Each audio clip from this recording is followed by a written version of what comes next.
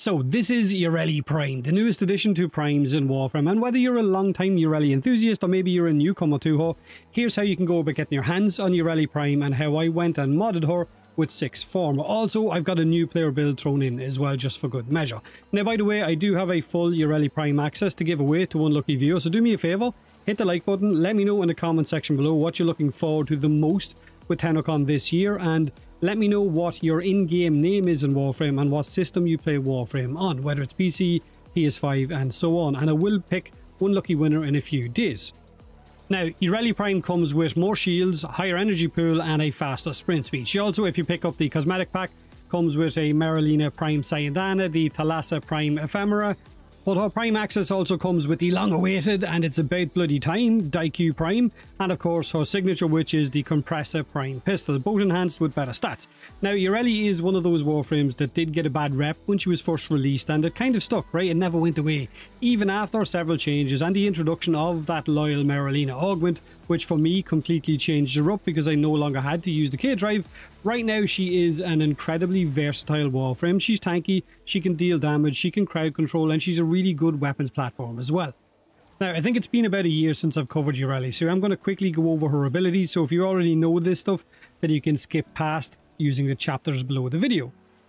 Her passive is called Critical Flow. This is where she will gain 200% crit chance for secondary weapons once she has been moving for more than 1.5 seconds. So this makes her the ideal Warframe for prioritizing secondary weapons.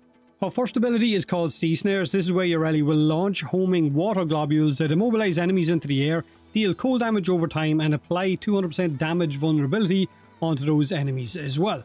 Now, her loyal Merlina augment will also make Merlina follow you and cast this for you if you wanted to subsume or Sea Snares off. Again, entirely up to you. Her second ability is called Merlina. This is where she will summon a K drive that redirects 90% of the damage that you would have taken to Merlina itself. It grants immunity to staggers and knockdowns, and it restricts weapons to only secondaries once you're actually riding Merlina and not using the loyal Merlina augment. So if you're not using that augment, you have to be on that K drive. If you are using the augment, you can feel free to run around without, I guess, having that restriction. Now, her third ability is called Aqua Blades. This is where she will summon 3 orbiting blades that deal slash damage with guaranteed slash procs. The base damage to these is pretty low unless you're using the Surging Blades augment. But for me, this was eventually the ability that I chose to subsume off after first having Sea Snares off, just to see how the build would go. Now I've kind of replaced that with Nourish and with different abilities on my different configs. Then we have our final ability, which is Riptide, which will create a vortex that pulls enemies in, deals cold damage per tick as it swirls, and then it will explode, and the damage scales based on the number of enemies that are trapped inside it. So if you want to build for just a little bit of range to help this out in order to suck those enemies up, entirely up to you. Now, Sea Snares will also help if enemies are affected by Sea Snares and are pulled into Riptide. It will amplify the damage that those enemies are going to take because they have got that vulnerability debuff. Now, these are the 4 relics you're going to need to be able to crack open your Yareli and get her parts and actually build her. But if you're new to Warframe and you don't know exactly where is the best places to go to farm each of these relics so that you can get, I guess, the best chances of RNG giving you the actual relic you want, then look no further. Now, you're free to farm the relics however you want to, but capture missions and disruption missions are the preferred way for a lot of players within the community, and I'm sure plenty of people will leave comments telling you which missions you should run in the comment section below. Missions like Hepit is a void capture, so it's quick and it drops Lith relics. Uko is another capture that drops both Meso relics and Neo relics, or if you prefer disruption farming, then Olympus on Mars for Meso relics, Ur on Uranus for Neo relics, and Apollo on Lua will give you Axii relics. Or you could try something like Xeni on Eris, which can drop Axii relics, I think, on round 3 or round 4, but not many players like running Xeni now. Syndicates can also sell you relic packs for 20k standing, and any of the mining vendors on Cetus, on Fortuna, and on Deimos also have relic packs up for sale for standing as well.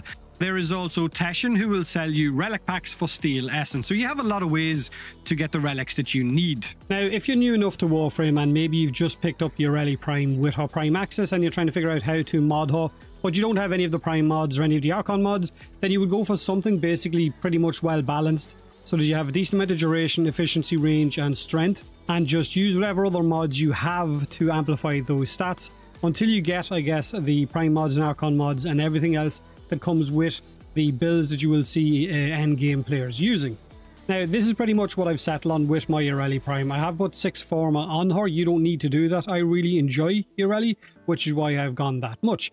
Brief Respite, of course, is the aura, which is going to allow me to use energy spent to give me shields or overshields. Then I've got Prime Sure-Footed to stop me getting knocked on my ass. Prime Continuity for duration. Umbral Intensify, Power Strength, Equilibrium to give me health orbs when I pick up energy, and energy orbs when I pick up health. Archon Stretch is because my Deriga Sentinel is going to be following me, and its ability Archile will activate this and give me energy back, 2 energy per second.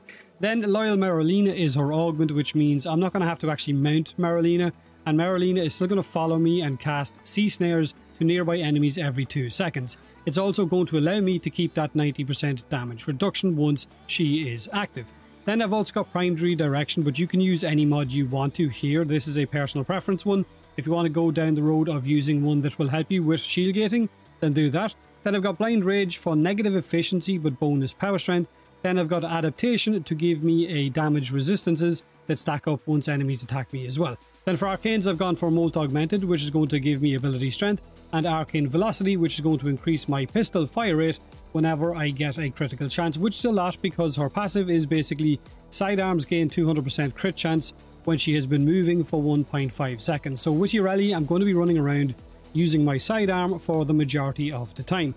Now, I do have Nourish subsumed onto Yareli in place of her Aqua Blades. You could also, if you wanted to, you could also use Omamori, you could use Null Star, you could use Jade's Ophanum Eyes, you could use Zata's Whisper. There's a lot of different subsumes you can throw on there if you wanted to. I've gone for Nourish on this one, and I've gone for Omamori on my second one. Now, like I said, Yareli is an incredibly good mobile secondary weapon platform with really good crowd control, a lot of survivability, and you kind of lose that clunkiness once you use her Loyal Marolina augment. It gets rid of that, and her Prime is definitely one you should aim to get your hands on if you like weapons platforms.